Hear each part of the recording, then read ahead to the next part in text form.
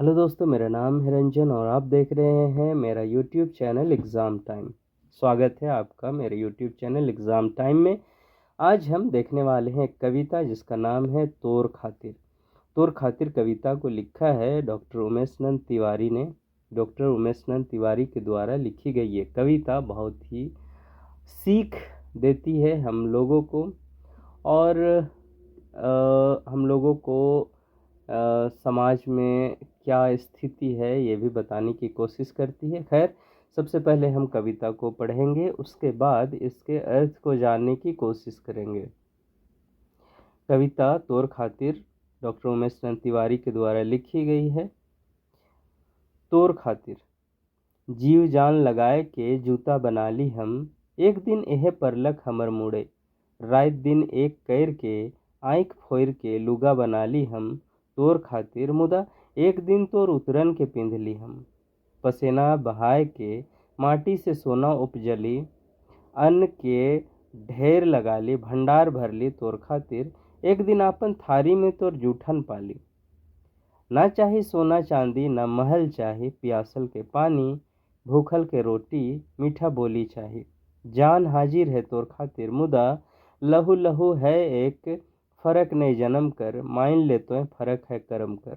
ऊंच नीच कर भेद मिटाओ, माइन रख भगवान कर, जान हाजिर है तोर खातिर। तोय और मोय अब बनब हम, सिख आदिवासी और सदान, अमीर गरीब केर भेद मिटाब, एक होय के कहब एक ही एक रहब, जान देख पराइन करब देश खातिर।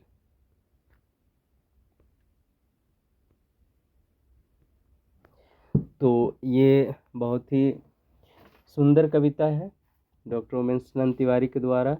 ये कहानियाँ भी लिखते हैं, और सबसे अच्छी बात है कि इनकी कुछ कहानियाँ मैंने पढ़ी है, बहुत ही अच्छा लगा। एक कहानी अगर हो सके आप पढ़िएगा, मीनू, मुझे बहुत पसंद है, तो कभी मौका मिले तो ज़रूर पढ़िए। खैर, हम इसके अर्थ को जानने की कोशिश करते हैं। तोर खातिर यानी कि तुम्हारे लिए, है ना। इसका अर्थ क्या हो गया तोर खातिर का? तुम्हारे लिए। अब ये तुम्हारे लिए में तुम कौन है, यानी कि किसको ये बातें कही जा रही है कवि के द्वारा? उमेश चंद तिवारी किसके लिए ये सब बातें कह रहे हैं, ये देखते हैं। जीव जान लगाए के जूता बना ली हम। जीव जान यानी कि बहुत मेहनत से, है ना, अपना जान लगा दिए उसको बनाने में। तो जीव जान लगाए के जूता बना ली हम, एक दिन एह परलक हमर मुड़े। यानी कि कवि क्या कह रहे हैं कि तुम्हारे लिए, यानी कि उस अमीर तबके के व्यक्ति को ये संबोधित करते हुए उनको ये कह रहे हैं कि हमने पूरी तरह से जीव जान लगा करके तुम्हारे लिए जूते बनाए, है ना, ताकि तुमको कोई तकलीफ ना हो, तुम्हारे पैरों पर कांटा ना चुभे। तुम्हारा जो पैर है, तुम्हारे जो कोमल पैर है वो सुरक्षित रहे कांटों से, है ना। और इसके लिए हम लोगों ने जूते बनाए। और विडंबना देखिए, स्थिति देखिए कि वो जो जूते हम लोगों ने बनाए थे दिन रात एक करके मेहनत से, एक दिन यह परलक हमर मुड़े, और एक दिन ऐसा स्थिति उत्पन्न हुआ, ऐसा स्थिति आया कि वो जूता मेरे ही सर पर पड़ा।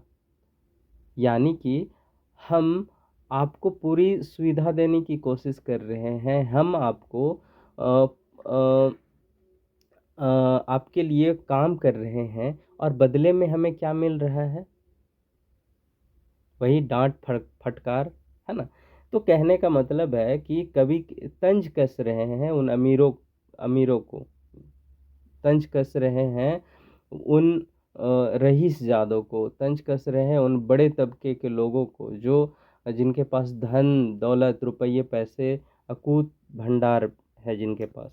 तो कवि क्या कह रहे हैं कि जीव जान लगाए कि जूता बना ली हम, एक दिन यह परलक हमर मुड़े। यानी कि बहुत मन लगा करके हम लोगों ने जूते बनाए, और एक दिन ऐसा स्थिति आया कि आप हमको ही उस जूते से मार रहे हैं। रात दिन एक कैर के आँख फोर के लुगा बना ली हम, तोर खातिर। मुदा एक दिन तोर उतरन के पिंधली हम। कवि क्या कहते हैं, पहले तो जूते बनाए और वो जूता मेरे सर पर पड़ा, है ना, आप लोगों ने मुझे मारा। और दूसरा क्या कहते हैं, दिन रात दिन एक करके आँख फोड़ के, रात दिन हम लोगों ने एक कर दिया, है ना। और आँख फोड़ के मतलब कि देखिए, कपड़ा बीनने के समय जो है बहुत बारीकी से, बहुत ध्यान से कपड़ा बुनना होता है। तो आँखों की रोशनी की समस्या हो जाती है, दिखाई देना कम हो जाता है। तो इसी संदर्भ में कवि कहते हैं कि रात दिन एक करके ऐसी स्थिति आ गई थी कि आँख फूट जाए, यानी कि आँखों की रोशनी चले जाए। ऐसी स्थिति के बावजूद हम लोगों ने तुम्हारे लिए कपड़े बनाए। लुगा का मतलब नागपुरी में, लुगा का मतलब क्या होता है, कपड़ा। तो तुम्हारे लिए कपड़े बनाए, वस्त्र बनाए, है ना, तोर खातिर। तो ये सब किसके लिए किया, तुम्हारे लिए, तोर खातिर। मुदा एक दिन तोर उतरन के पिंध ली हम। लेकिन ऐसा नहीं हुआ कि लुगा बनाने के बाद, कपड़ा बनाने के बाद हमको वो पहनने का अवसर मिला, ऐसा नहीं है। हमको वो नया कपड़ा और वो जो जूते हमने बनाए थे वो कभी पहनने का अवसर नहीं मिला। वो जूता जो हमने बनाए थे मेरे सर पर पड़ा। वो जो कपड़े हम लोगों ने बनाए थे, तो हमें कभी वो नया कपड़ा पहनने का मौका नहीं मिला, या नसीब में नहीं था। उसके बदले हम लोगों को क्या मिला, तुम्हारा उतरन।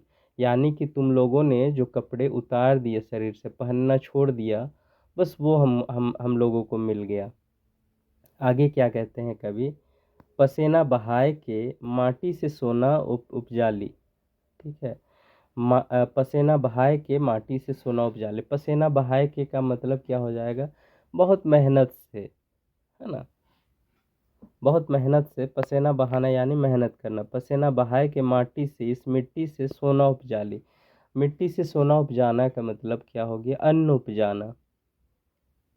जैसे कि गेहूँ किसी ने बहुत बड़े मात्रा में उगा लिया, तो हम क्या कहेंगे, वाह तुमने मिट्टी से सोना उगा लिया। अगर कोई भी फसल उगा लिया तो हम क्या कहते हैं कि मिट्टी से सोना उपजा लिया।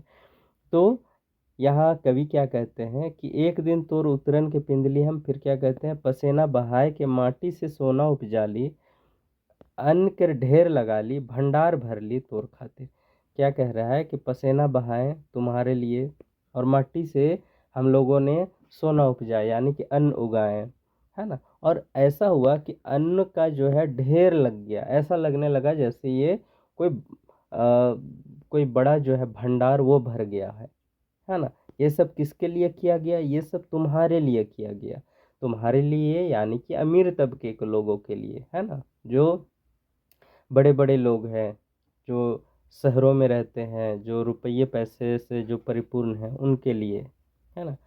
और एक दिन अपन थारी में तो जूठन पाली। सबसे पहले ये कवि क्या बोलते हैं कि तुम्हारे लिए हम लोगों ने जूते बनाए और वो जूता हमारे सर पर पड़ा। दूसरी बात कहते हैं कि तुम्हारे लिए हम लोगों ने कपड़े बुने, लेकिन हम लोगों को कभी वो नया कपड़ा पहनने को नहीं मिला।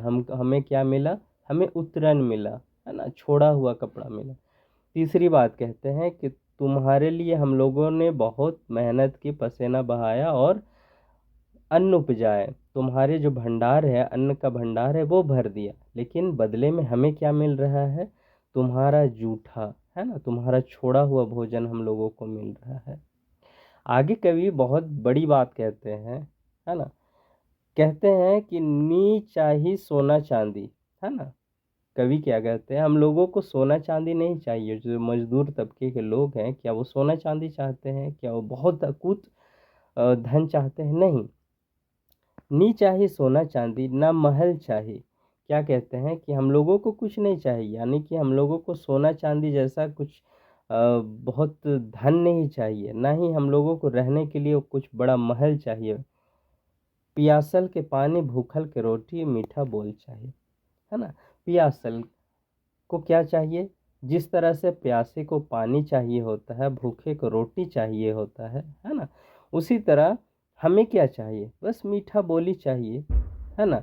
हमें सोना चांदी नहीं चाहिए, महल नहीं चाहिए, है ना, हमें कुछ नहीं चाहिए। बस जिस तरह से प्यासे को पानी चाहिए, भूखे को रोटी चाहिए, ठीक उसी तरह से अगर हम आपके लिए काम कर रहे हैं तो हम भी दो मीठे बोली के हकदार हैं। हमें भी मीठा बोली चाहिए। हम भी चाहते हैं कि जो हमारे मालिक है वो हमसे अच्छी तरह से बात करे। ऐसा ना लगे कभी कि हम मज़दूर हैं और हमें सताया जा रहा है, और जो हमारे मालिक हैं वो उनकी जो बोली है, ऐसा ना लगे कि वो हमारे मन को भेद दे, है ना। तो आगे क्या कहते हैं, जान हाजिर है ना, जान मेरा हाजिर है आपके लिए, आपके काम के लिए। तोर खातिर मुदा, आपके लिए हम जान देने के लिए हाजिर है ना। लेकिन एक बात है, लहू लहू है एक, लेकिन एक बात समझ लीजिए कि लहू का मतलब क्या होता है, खून। हर खून जो है एक है, फर्क नहीं जन्म कर। और जन्म में किसी का फर्क नहीं है। आप जो बहुत अमीर है या जो बहुत गरीब है, किसान परिवार का है या मजदूर खेतीहर परिवार का है, उसके जन्म और एक बहुत अमीर तबके के व्यक्ति के जन्म में कोई अंतर नहीं है। सब एक ही तरह से जन्म लेते हैं, है ना। ये बात को आप मान लीजिए, मान ले तो फर्क है कर्म कर। फर्क किसका है, कर्म का है ना। कहते हैं ना कि कर्मों का फल मिलता है, तो शायद ये हमारे कर्मों का फल है ना। कि आप अभी मालिक बने हुए हैं और हम अभी मजदूर बने हुए हैं, आपके नौकर बने हुए हैं, है ना। बस यही फर्क है। बाकी जन्म जिस तरह से आपका हुआ मेरा भी हुआ, आपका जिस तरह से खून है मेरे भी शरीर में खून है ना, उसमें कोई फर्क नहीं है। इसीलिए एक बात हम कहना चाहते हैं कि ऊंच नीच कर भेद मिटाओ। इसीलिए ऊंचा नीचा बड़ा छोटा का भेद जो है हटा देना चाहिए, है ना। माइन रख भगवान कर। उस भगवान ने उस भगवान ने जिसने हम सभी मानव को बनाया, सभी जीवों को बनाया, इस धरती को बनाया, इस संसार सृष्टि को बनाया, उन्होंने कभी भेद नहीं किया हमारे साथ, है ना। तो इसीलिए आप बड़े तबके के लोगों से, बड़े जो अमीर लोग हैं, उनसे भी मेरा निवेदन है कि आप भी कभी भेदभाव ना करें। आगे क्या कहते हैं, कभी जान हाजिर है तोर खातिर, आपके लिए जान हाजिर है, हम सब करने को तैयार है ना। अब आगे क्या कहते हैं, तोय और मोय अब बनब हम। जो भेदभाव है, यानी कि तुम मैं, एक दूरी को बताता है ना। लेकिन ये तोय और मोय जो है, ये अब मिल करके क्या बन जाएगा, हम। यानी कि संगठन को दिखा रहा है, यानी कि एकता को दिखाने की कोशिश कर रहा है। तोय का मतलब अलग हो गया, यानी कि किसी एक को इंडिकेट कर रहा है। मोय का मतलब एक अलग व्यक्ति को इंडिकेट कर रहा है। बल्कि यहाँ पे जो हम शब्द है, ये किसको इंडिकेट करता है, किसको बताता है, ये सब लोगों को बताता है, एक साथ जोड़ने का काम करता है। इसीलिए कवि कहते हैं कि तोय और मोय अब क्या बन जाएंगे, हम बनब। सिख आदिवासी सदान, अमीर गरीब कर भेद मिटा। जितने भी सिख भाई बंधु है, जितने भी आदिवासी है, और जितने भी सदान हैं, सदान यानी कि वे जाति जो आदिवासियों के रहने के साथ यहाँ रह रहे हैं, लेकिन आदिवासी संस्कृति से भिन्न उनकी संस्कृति है, भिन्न उनका बोली है, भिन्न उनका पहनावा ओढ़ावा है, भिन्न मान्यता है ना। तो उनको हम सदान कहते हैं। तो कवि क्या कहते हैं, तुम और मैं अब क्या बन जाएंगे, हम बन जाएंगे। और जितने भी सिख हैं, जितने भी आदिवासी हैं, और जितने भी सदान हैं, ये सब मिल के क्या करेंगे, अमीर गरीब के भेद मिटाब, है ना। जो भी अमीर है गरीब है, उनके बीच में जो खाई है, उनके बीच में जो दूरी है, उनको मिटाने का काम करेंगे। एक होई के कहब, एक ही एक रहब, है ना। एक हो के हम सब नारा देंगे, एक साथ हम ये बोलेंगे कि एक ही हम लोग क्या है, एक हैं, और एक ही रहेंगे, है ना। हम लोगों के बीच अमीरी गरीब, छोटा बड़ा, गरीब अमीर, काला गोरा, या किसी भी तरह का जो है भेदभाव नहीं होना चाहिए, नहीं हो। ऐसा कामना कौन कर रहे हैं, कवि कर रहे हैं। जान देख, देख नहीं होगा, देख होगा, का देख, जान देख पराइन करब, है ना। और ये जो है चीज़ यानी कि अमीर गरीब का जो भेद मिटाना होगा, ये जान दे के भी क्या हम करेंगे, प्राण करेंगे। यानी कि हम ये वादा करेंगे, है ना। और ये वादा किसके लिए होगा, देश के खातिर होगा, है ना। क्योंकि अगर हम और आप वादा करते हैं, हम और आप प्रण करते हैं कि अमीर गरीब का भेद हम लोग मिटाएंगे, तो इससे किसका फ़ायदा होगा, हमारा तो फ़ायदा होगा ही, देश का फ़ायदा होगा, देश एकता के सूत्र में बंध जाएगा। तो मोटा मोटी डॉक्टर उमेश नंद तिवारी तोर खातिर कविता से 2-3 बातों को उजागर करते हैं। सबसे पहले तो ये कहते हैं कि हम तुम्हारे लिए जूता बनाते हैं जो कि हमारे सर पर ही पड़ता है। हम तुम्हारे लिए कपड़ा बनाते हैं, लेकिन हमें कभी भी नया कपड़ा या अच्छा कपड़ा पहनना नसीब नहीं होता। हम तुम्हारे लिए मेहनत करते हैं, तुम्हारे खेतों को अन्न से भर देते हैं, और उसके बदले में हमें कभी भी भरपेट भोजन नहीं मिलता, हमें सिर्फ जूठा खाने को मिलता है। आगे कवि कहते हैं कि इसमें कोई हमारा दोष नहीं है, इसमें हमारा कोई दोष नहीं है, क्योंकि सबका खून एक ही है ना। आपका जिस तरह से जन्म हुआ उसी तरह से हमारा भी जन्म हुआ, कोई बड़ा छोटा नहीं है।